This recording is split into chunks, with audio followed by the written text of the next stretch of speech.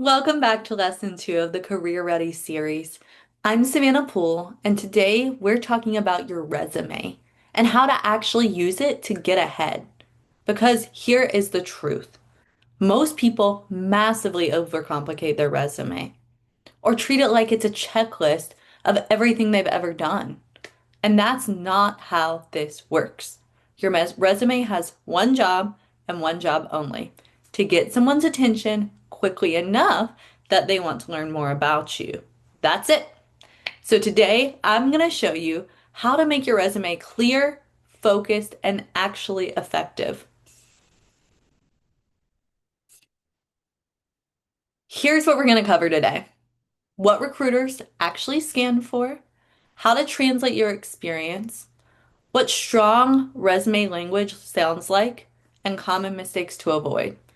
And then we'll do a simple assignment to help you improve right away.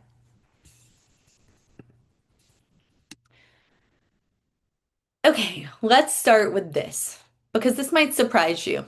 Recruiters spend only about 10 seconds scanning your resume. That's it.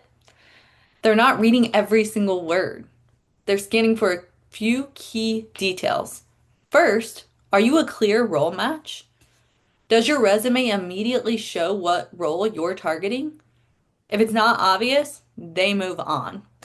Second, they're looking for relevant experience. They're looking for hands-on work, projects, labs, internships, anything that shows you've actually done something. Third, action and results.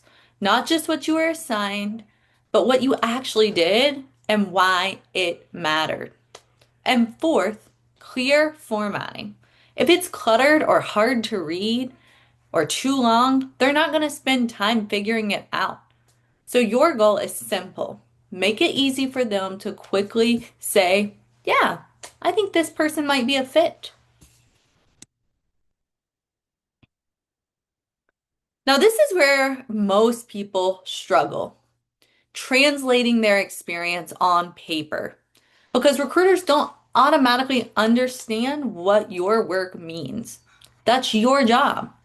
You need to take things like labs, coursework, and projects and translate them into real world skills. Make it easy for them. For example, a lab is not just a lab, it's problem solving. A SOC simulation, that's incident response. A project, that's your real world experience. So instead of saying what you were given, you explain what you did, what you analyzed, identified, or what you improved. That's what makes your experience actually valuable on paper.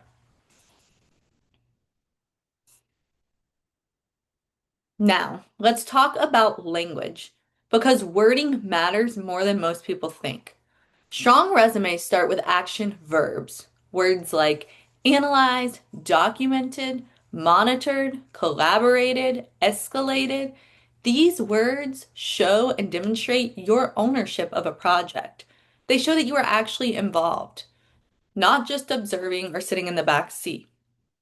And here's the shift. Don't just describe what happened. Show what you did. Even small changes in wording can make a huge difference in how your resume comes across. All right, it's time to talk about what to avoid on your resume because this is where a lot of resumes are falling apart. First, being too long. If it's more than one page, it's probably too much. Second, recruiters don't want to see vague bullet points.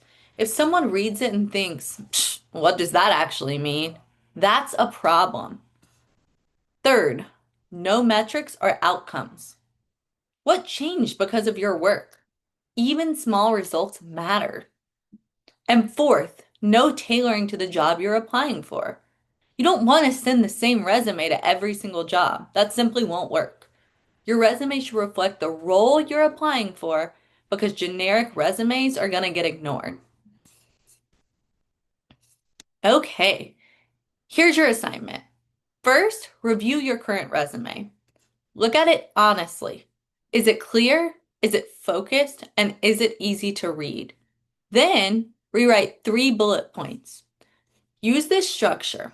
Action plus outcome. What did you do and what was the result?